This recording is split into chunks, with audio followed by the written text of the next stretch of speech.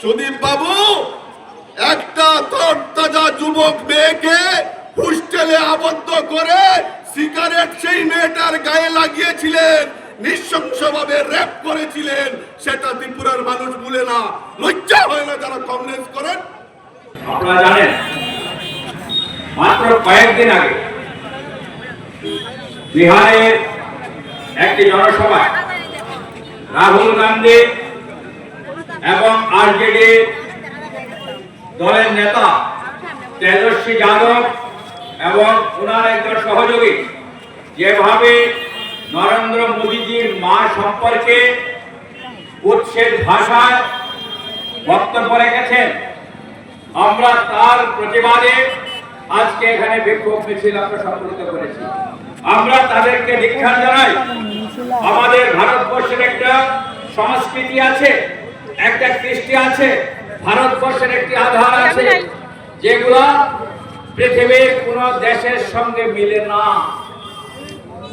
আমরা একমাত্র ভারতীয়রাই আমরা ভারতবর্ষকে মা বলি, আমরাই স্লোগান দেই ভারত মাতা কি জয় বলে।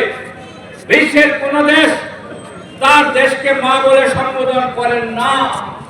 এই বিষয়টা হয়তো তেজস্বী যাদবের দল এবং কংগ্রেসের দল এবং তাদের যে সহযোগী কিছু আরো দল আছে, তাদের জোট শরিক, তারা এগুলো জানেন না।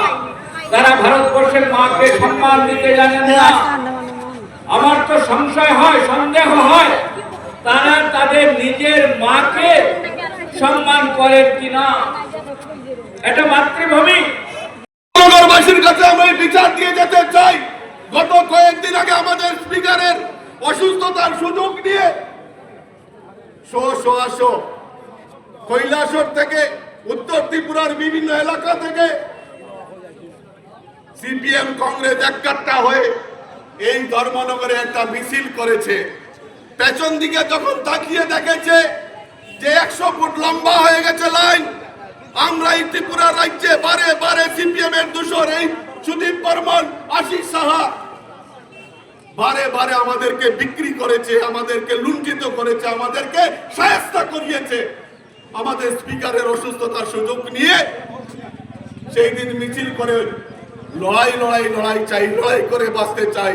আমরা আবার 28-এ ক্ষমতায় আসছি। এই সুদীপ বর্মন, আশিস সাহা, তোমাদের 88 থেকে 93 সাল তোমাদের ছাত্র নেত্রী কাকুলি রায় ত্রিপুরা ছাড়তে হয়েছে।